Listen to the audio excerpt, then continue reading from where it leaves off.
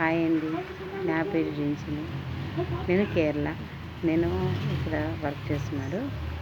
నాకేంటంటే ఒక్కరిని అప్రిషియేట్ నా నా ఫ్రెండ్స్ సర్కిల్లో ఇప్పుడు నేను ఎప్పుడూ చూశాను, కానీ మన జూనియర్ పిల్లల్ని జస్ట్ వాళ్ళు చేసిన గుణంని మంచి ఇదిని సపోర్ట్ చేస్తే వాళ్ళు ఇంకా మంచిగా చేస్తారు.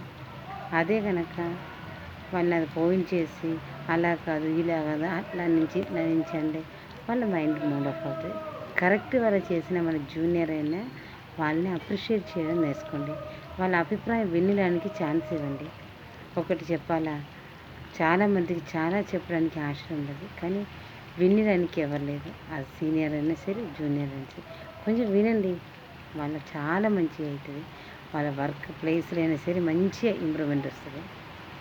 మళ్ళీ నేనైతే నా జూనియర్, నేను ఒక వర్కింగ్ ఉమెన్ అయిన కాబట్టి చెప్పిన, నా జూనియర్ కరెక్ట్ చెప్పినందుకు 10 మంది ముందు నేను అప్రిషియేట్ చేశాను.